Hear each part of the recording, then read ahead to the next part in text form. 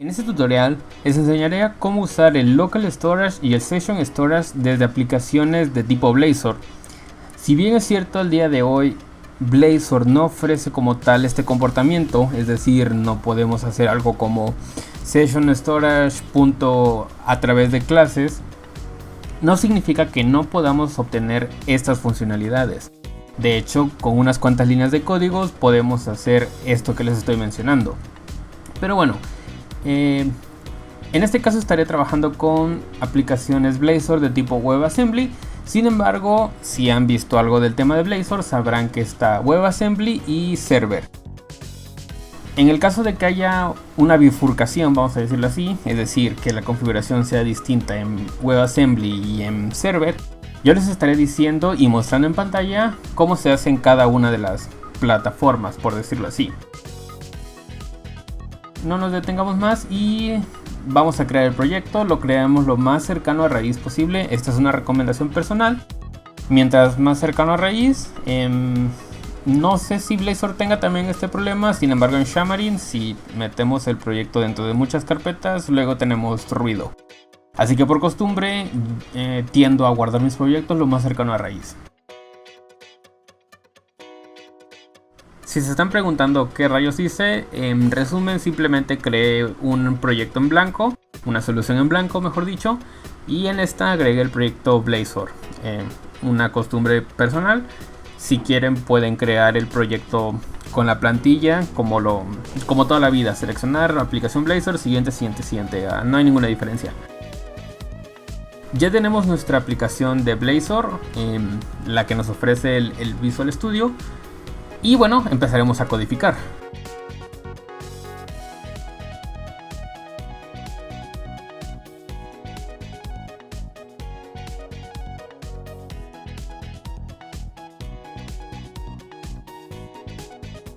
Como pueden ver, es un proyecto Blazor común y corriente que no tiene absolutamente nada de especial. Ahora sí, empezaremos a agregar una serie de carpetas a nuestro proyecto Blazor. La primera se llama enum de enumerations, la siguiente se llama helpers, luego models, luego una carpeta llamada OS y dentro de esa carpeta creamos otra carpeta llamada interfaces. Dentro de la carpeta de interfaces agregamos una interfaz, válgame la redundancia, que se va a llamar iLocalStorage. Removemos los usings innecesarios y procedemos a definir los siguientes métodos o tareas. Hacemos pública nuestra interfaz y definimos un task de tipo genérico, de tipo T. Luego les explico qué es esto de T, el cual se va a llamar getValue. Reitero, es de tipo genérico, por lo cual hay que definir hay que agregar en la definición que es de tipo T, tanto en el task como en el nombre del método como tal. Aquí vamos a decir que vamos a recibir como parámetro un valuesKeys. Sin embargo, Visual no va a reconocer que es valuesKeys, dado que en realidad no existe. Para ello tenemos que crearlo. En la carpeta de enum hacemos clic derecho y agregamos un nuevo elemento. En este caso lo agregamos como una clase normal y por nombre llevará justamente valuesKeys. Eliminamos los usings innecesarios y cambiamos la palabra class por enum. Ahora dentro podremos definir una serie de valores, los cuales nos ayudarán más adelante. Ahora damos control punto y agregamos el using correspondiente para que ya no nos marque error. Aquí simplemente agregaré un summary, totalmente preferencia personal. Si quieren pueden hacerlo, si no, no.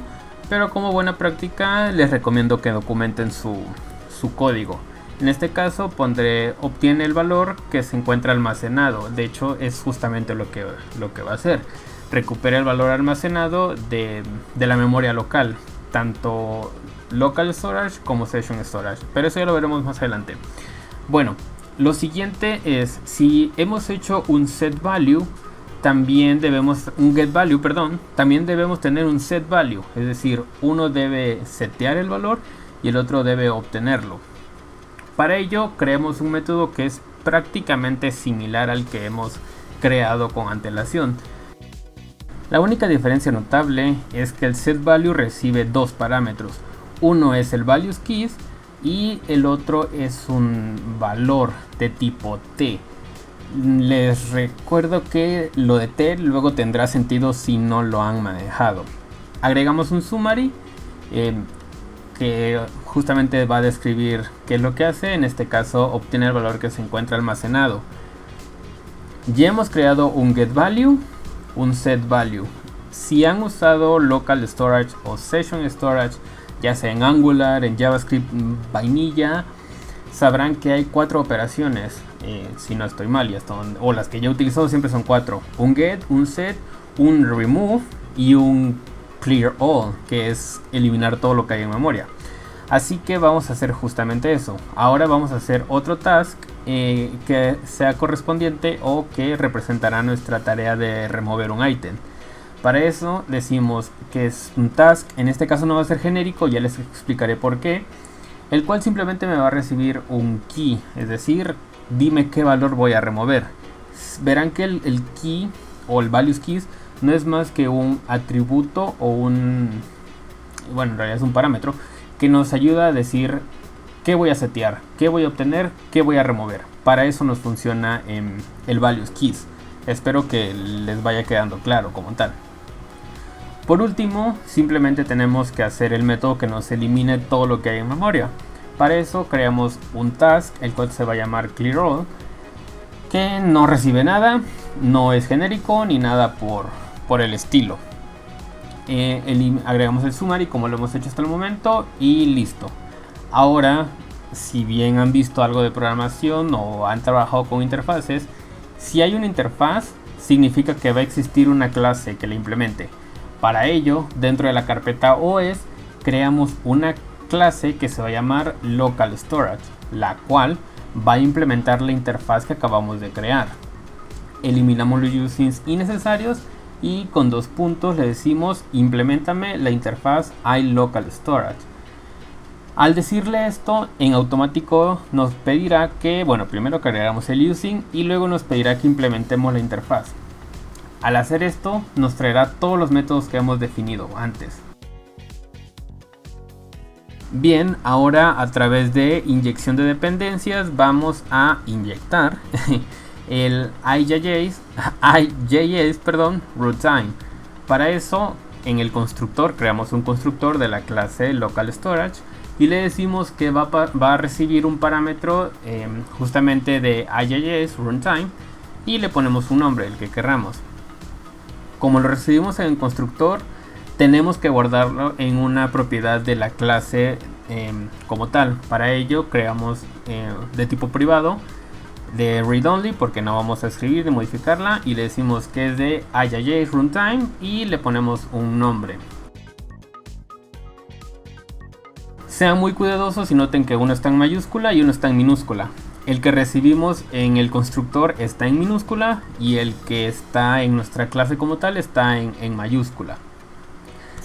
Por temas de personales nuevamente, les recomiendo que utilicen los regions, que les van a servir un montón. En este caso estoy creando en region de los atributos y en region del constructor.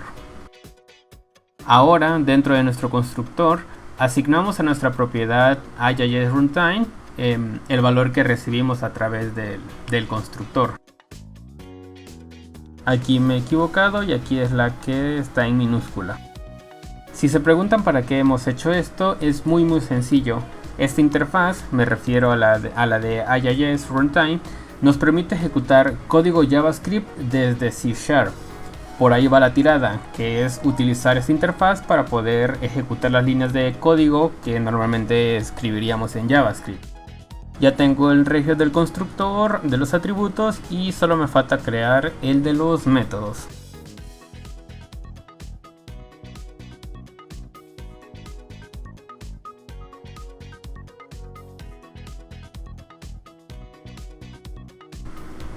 Perfecto, ahora crearemos un atributo privado de tipo string. Este atributo nos ayudará a definir el tipo de almacenamiento que vamos a utilizar, es decir, local storage o session storage. Hacemos la propiedad read only y le ponemos como nombre tipo de almacenamiento.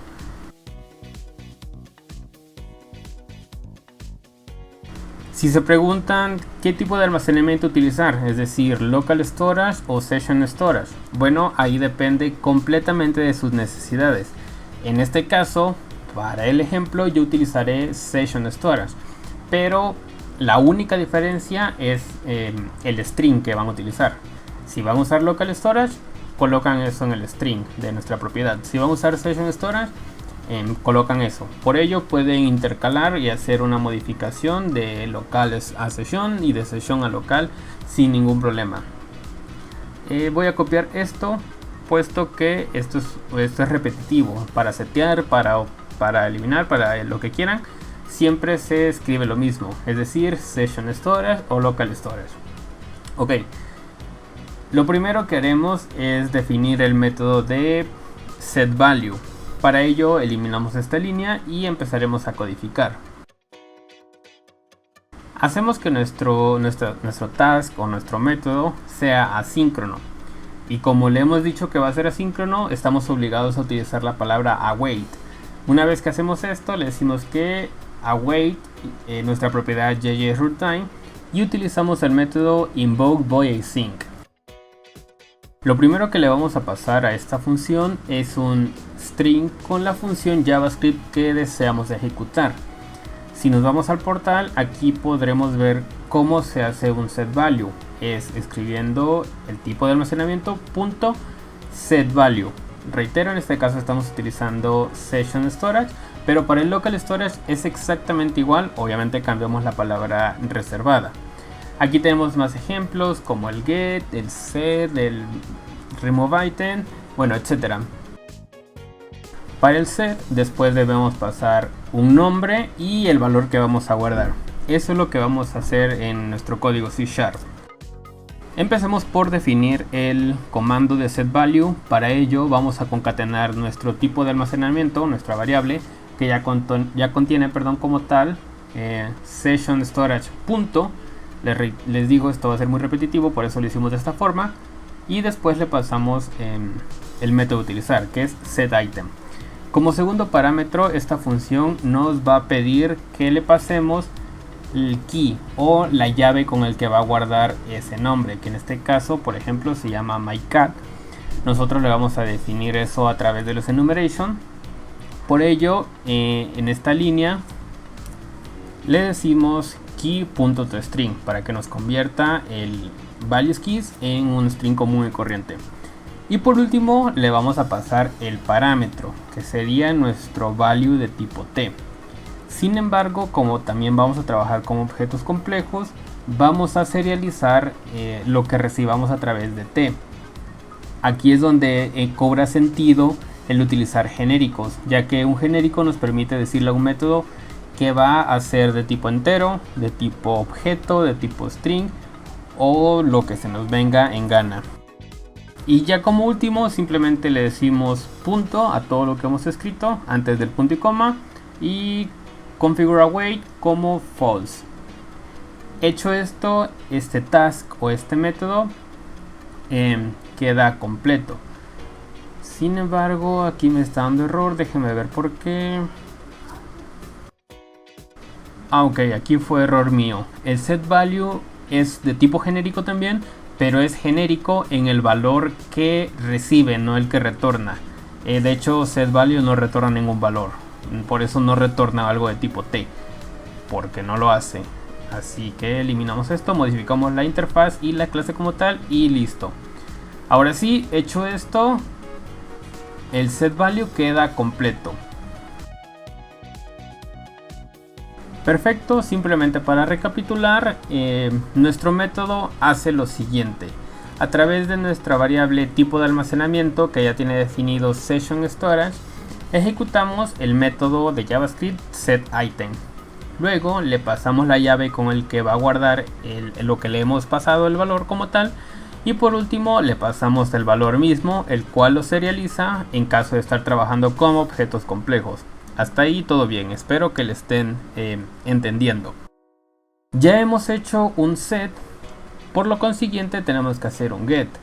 Es muy sencillo, la verdad no cambia mucho, pero vamos a ver cómo se hace. Hacemos que nuestro task sea síncrono y ahora tenemos que recuperar aquello que hay en memoria. Hacemos una variable de tipo string y si se preguntan por qué de tipo string, bueno, aquello que se almacena en el navegador se guarda como un string sencillo a pesar de que tenga estructura de objeto complejo. Ejecutamos el método invokeAsync y le especificamos que nos retornará un string, como hemos dicho. Ahora concatenamos el tipo de almacenamiento que estamos utilizando y utilizaremos el método para obtener un valor. Si vemos en la documentación es getItem. Esto tanto en local como en session storage.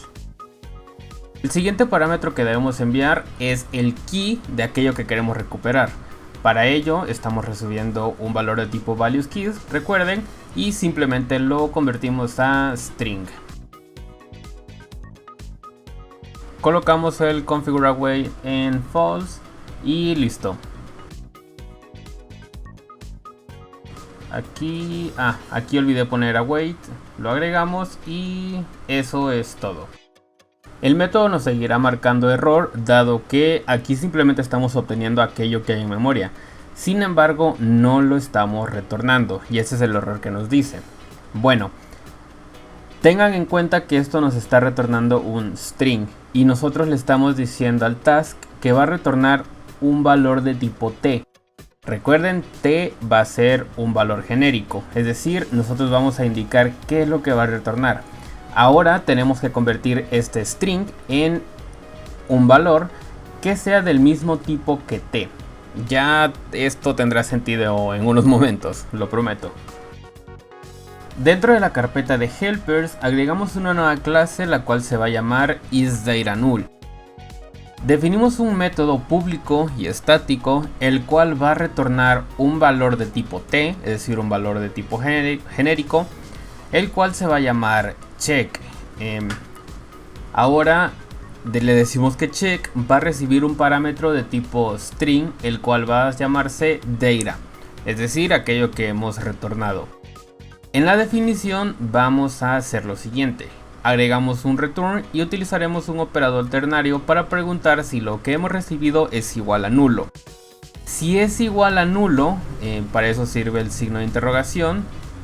Esto que están viendo, si no lo han visto antes, es un operador ternario y equivale a tener un if de toda la vida de la siguiente forma. Ponemos if data igual a null, bueno, entonces tal cosa. Y si no, entonces esta otra cosa, ¿no? Bueno, estas líneas de código se pueden resumir de esta forma. Signo de interrogación, ponemos la condición como tal. Después del signo de interrogación agregamos el entonces del if, es decir, en caso de que la condición se cumpla, ¿qué va a hacer? Y el else se agrega después de los dos puntos. Si se cumple, es decir, si es nulo, vamos a retornar un default, es decir, el valor por defecto de t. Si indicamos que t va a ser un objeto, nos va a retornar un nulo. Si le indicamos que t va a ser un string, retornará un string vacío. Si le decimos que t va a ser un entero, nos retornará un 0. Eso es lo que está haciendo esta función o lo que va a hacer. En caso de no ser nulo, le decimos que nos retorne aquello que estamos recibiendo. Sin embargo, lo vamos a retornar ya deserializado. Esta función nos servirá para aquellos casos en los que pidamos retornar un dato y este dato no se encuentra almacenado en memoria. En ese caso el string será un nulo, ya que la función de invokeAsync nos retornará justamente eso, nada. En esta parte le estamos diciendo que deserialice el string que le vamos a pasar a un objeto de tipo t. Reitero, puede ser un dato primitivo o un objeto. Después le pasamos el valor, que en este caso se llama data, el cual es el parámetro que hemos recibido en este método. Si no han utilizado el operador ternario, podrían hacer return default aquí sin ningún problema y en el else hacer lo que estamos haciendo, es decir, return JSON deserializado. No hay ningún problema. Sin embargo, se pueden ahorrar unas líneas de código al hacerlo de la forma en que les estoy mostrando. Aquí es libre albedrío, háganlo como mejor les venga en gana o como mejor se sientan cómodos. Regresamos a Local Storage y ahora haremos uso del helper que hemos creado. En el return utilizamos la clase isDataNull, agregamos el using claro y luego ejecutamos el método check. Aquí le decimos que utilice t, es decir, la t que hemos recibido en getValue, y le pasamos como parámetro data.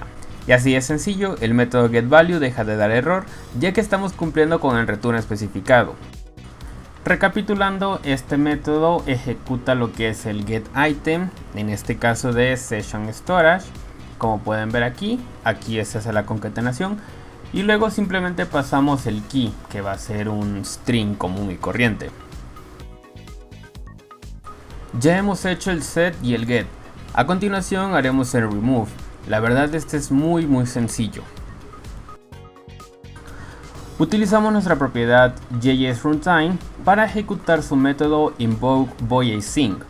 Esto ya que no estamos esperando ningún valor de retorno. En automático nos pedirá unos parámetros, los cuales ya los hemos utilizado, el tipo de almacenamiento y a continuación el método a ejecutar. Si vamos a Google y buscamos cómo se ejecuta esta función o cuál es su estructura, permítanme. Bueno, parece que no lo encuentro aquí, sin embargo la instrucción es removeItem. A continuación le pasamos el parámetro key convertido a un string para que sepa qué item debe eliminar. Agregamos el configureAway en false y listo, así de sencillo tenemos este método terminado. Por último, debemos configurar el método que elimina todo lo que se encuentra en memoria. Permítame buscarlo en Google ya que no recuerdo cuál es la función exacta. Bien, la función literalmente es clear. Haremos lo que hemos estado haciendo, lo cual es hacer el task asíncrono y luego a través de la palabra await ejecutar un método de la propiedad JSRuntime. Concatenamos el tipo de almacenamiento y especificamos que vamos a utilizar el método clear. Agregamos el configureAway en false y así de sencillo tenemos terminado el método clear.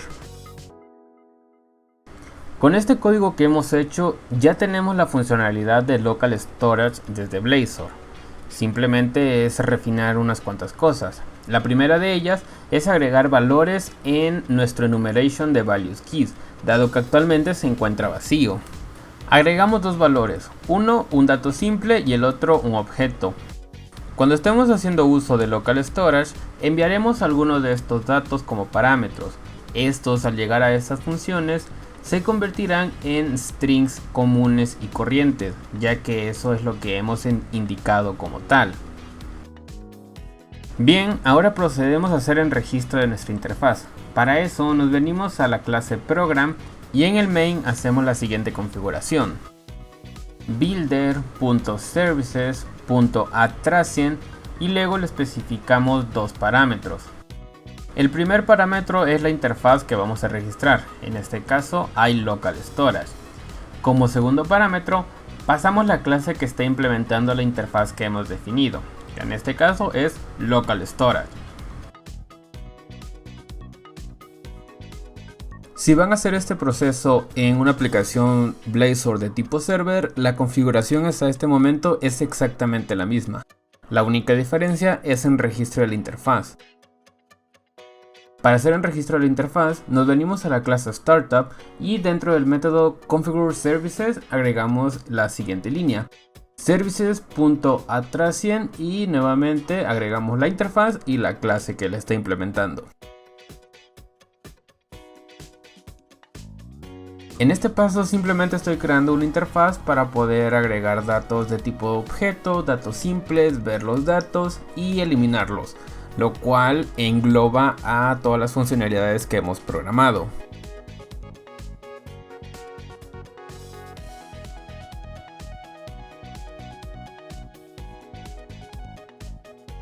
Ok, una vez tengamos la interfaz lista, procedemos a programar la primera opción, que es guardar un dato simple. En Blazor tenemos la etiqueta code, si ponemos @code, y las llaves, podemos escribir código común y corriente. Sin embargo, vamos a mantener los archivos Razor un poco más limpios. Es decir, simplemente tendremos código HTML y una que otra validación simple. Para tener código, si es que lo necesitamos, y de hecho lo necesitaremos, lo que tendremos que hacer es crear una clase parcial. Para hacer esto, simplemente agregamos una clase que tenga el mismo nombre que la página en la que estamos trabajando. El visual nos dará un error y nos dirá que, en pocas palabras, ya existe una clase que se llama así. Lo que tenemos que hacer es simplemente agregar la palabra parcial antes de la palabra class. Al hacer esto, inmediatamente la clase y la vista quedan ligados. Una ventaja de esto es que todo el código, ya sean variables o métodos que escribamos en la clase parcial, estarán disponibles desde la vista o el archivo .razor. Ok, este procedimiento de las clases parciales lo hacemos con todas nuestras vistas, es decir, en la página que nos servirá de index, la página en la que veremos los objetos, en la que los borraremos, etcétera, etcétera.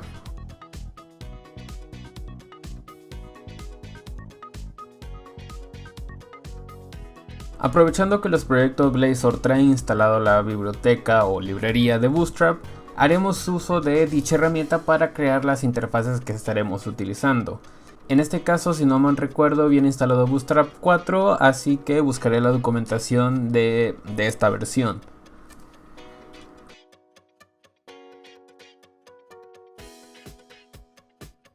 La interfaz es realmente sencilla, consta de un cuadro de texto y un simple botón.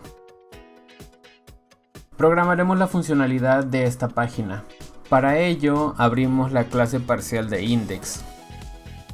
Creamos una propiedad de tipo string, en este caso, la cual se encontrará ligada a nuestra vista y será la encargada de guardar la información que el usuario escriba en el cuadro de texto. En nuestra vista, simplemente agregamos el atributo beanValue en el input que hace de cuadro de texto. Obviamente utilizamos la propiedad que hemos creado con antelación. Con esto lo que hemos logrado es que inmediatamente cuando el usuario escriba algo en el cuadro de texto, se almacene en nuestra variable de tipo string llamada dato sencillo. Ahora necesitamos crear un método que se ejecute cada vez que el usuario haga clic en el botón de guardar y haga de trigger, si lo quieren ver así, del método que hemos codificado antes. Crearemos un método que se llamará guardar, el cual ejecute nuestro método de local storage. Para acceder a local storage tendremos que hacer uso de la inyección de dependencias. Como hemos registrado en nuestra interfaz, esta se encuentra disponible en todo el proyecto Blazor a través de la inyección. Para inyectar local storage, y mucha atención con esto, utilizamos la etiqueta inject. Sin embargo, esto lo hacemos únicamente en las clases parciales, dado que la inyección de dependencias en clases normales se hace, como ya vimos antes, a través del constructor. Con nuestra interfaz ya inyectada podemos hacer uso de todos los métodos. En este caso haremos un setValue de una propiedad de tipo string. Ahora le vamos a indicar qué valor vamos a guardar. Recuerden que aquí es cuando hacemos uso de values keys. Ya le indicamos que vamos a guardar un dato simple.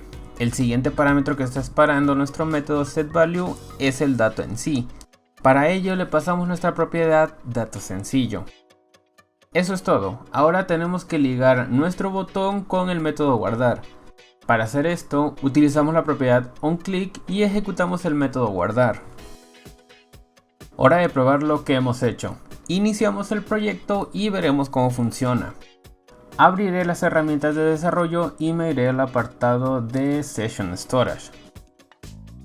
Como pueden apreciar, no hay nada en memoria. Escribo cualquier tontería en el cuadro de texto y hago clic en guardar. Como pueden ver, inmediatamente se guarda el dato que acabo de escribir. Nuestro método guardar ejecuta el método setValue de local storage. Por cierto, aquí vemos cómo funciona el generic o la T que vimos antes. Yo le estoy diciendo guárdame algo de tipo string. Pero reitero, T puede ser string, entero, booleano, lo que nosotros queramos. Se recibe, aquí la t se convierte en un string, imaginen que hay un string ahí, por consiguiente ahora value también es un atributo de tipo string. Utiliza nuestro tipo de almacenamiento, ejecuta setValue, utiliza la llave que le hemos pasado para guardar el dato con ese identificador, de hecho lo podemos ver aquí. Y por último guarda el dato mismo, el cual, muy importante recordar, lo serializa. En este caso lo serializó a un valor de tipo string, así que lo guardó sin ninguna configuración o estructura especial, como lo sería en el caso de un objeto.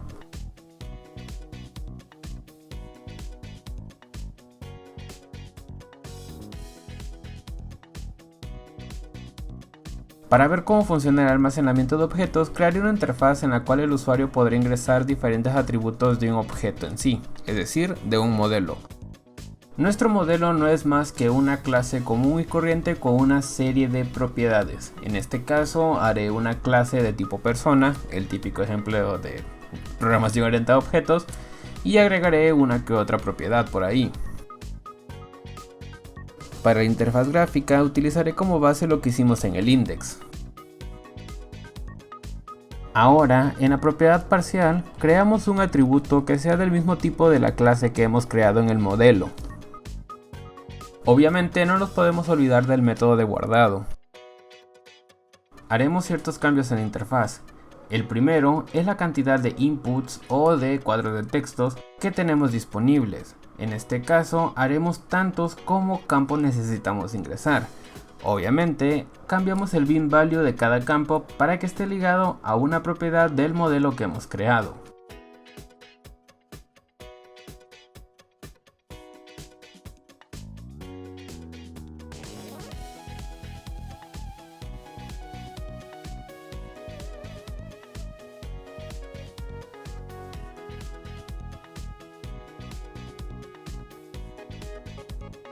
Agregamos algunos comentarios y procedemos a inyectar nuestro local storage.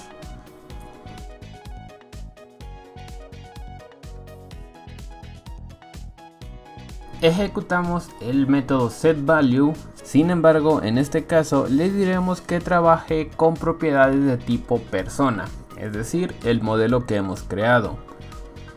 Agregamos el values keys, le decimos que no lo guarde con el nombre o con el key de objeto y enviamos como parámetro nuestro objeto de tipo persona.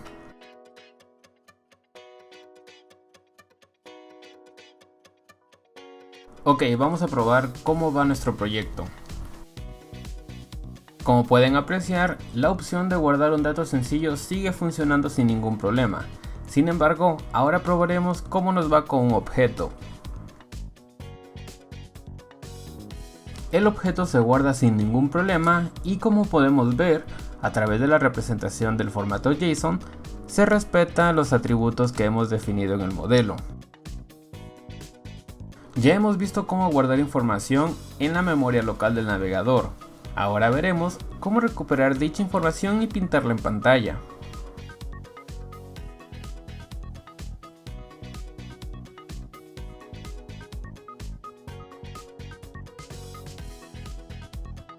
En la clase parcial de verDatos creamos dos propiedades, una de tipo string y otra de nuestro modelo. En dichas propiedades se almacenará lo que recuperemos de la memoria local. Hecho esto, simplemente creamos la interfaz en la que se mostrará la información. Con la interfaz gráfica lista, inyectamos nuestra interfaz de local storage.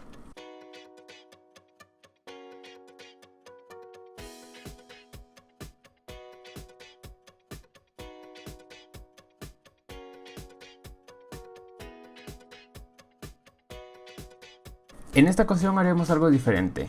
Vamos a sobreescribir un método ya existente.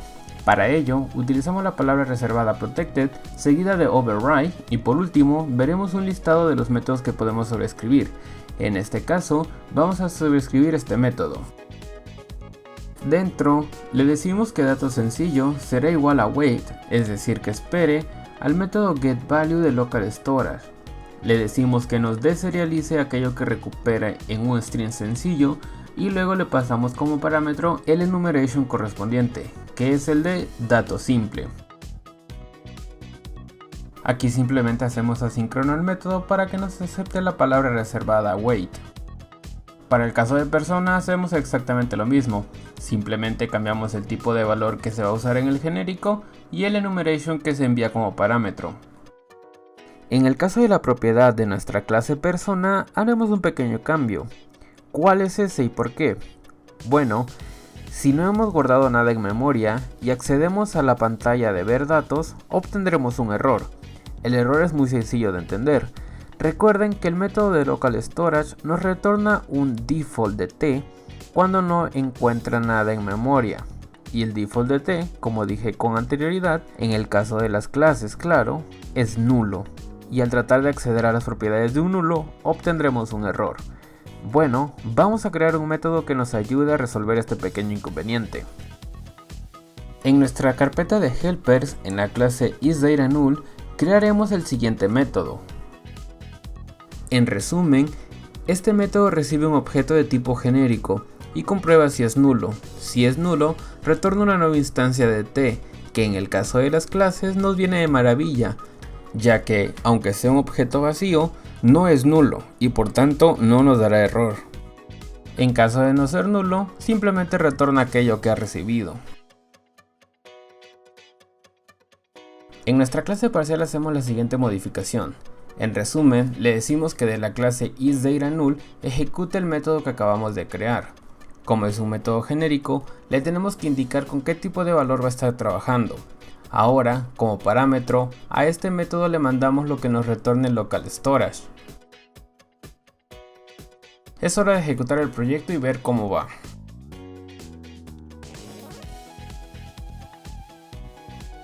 Como pueden ver, puedo acceder a esta página sin que me dé error. Sin embargo, veamos qué ocurre si no ejecutamos el método que acabamos de crear.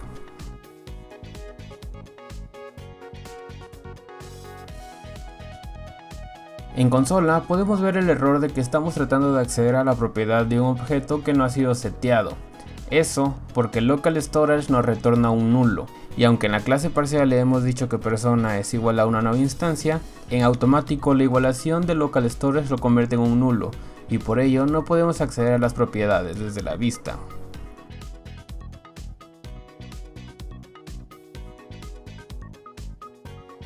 Por último, pero no menos importante, veremos cómo eliminar datos. En este caso tenemos una sencilla interfaz con tres botones.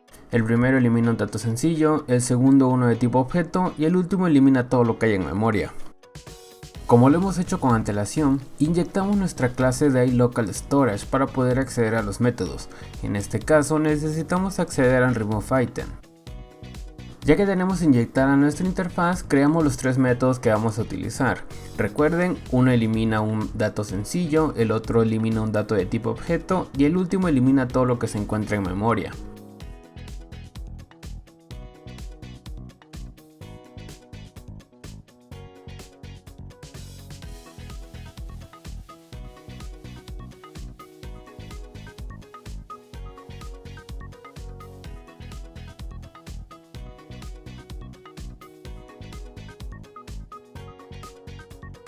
En el caso de borrar datos sencillo, ejecutaremos el método removeItem y enviaremos como parámetro justamente el enumeration que está ligado a este tipo de dato almacenado.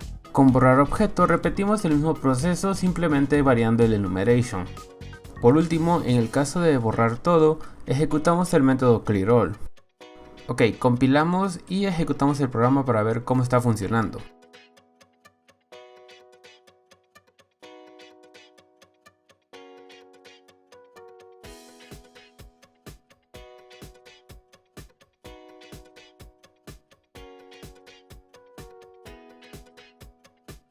Espectacular, como vieron quedó totalmente funcional y sin ningún inconveniente. Bueno, espero que les haya gustado, no se olviden de dar like, comentar, suscribirse si no lo están y nos vemos en la próxima.